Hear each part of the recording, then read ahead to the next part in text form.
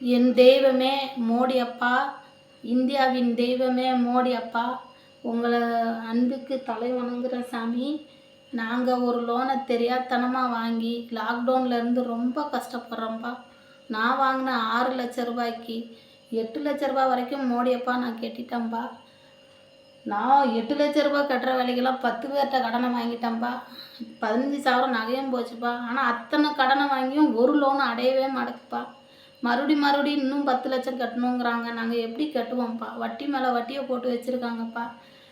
ஏழைக்கு இறங்குகிற தெய்வமே என் மோடி அப்பா, என் மேலே இறக்கத்தை காட்டுங்கப்பா.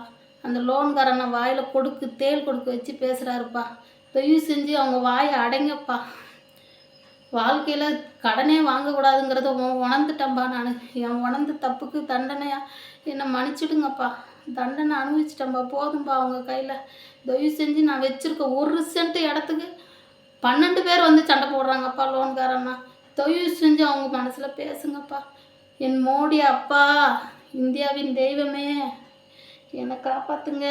இந்த லோன்கார் மனசில் பேசுங்க. என்னை மேடம் ஃபஸ்ட்டு கூப்பிட்டது அவங்க தான்ப்பா.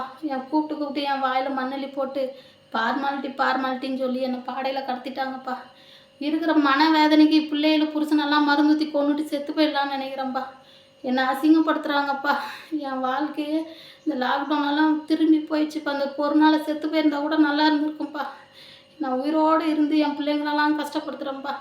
தயவு செஞ்சு இந்த லோன்கார் மனசில் நாங்கள் வாங்கின கடனுக்கு என்னவோ அதை மட்டும் சொல்லுங்கப்பா.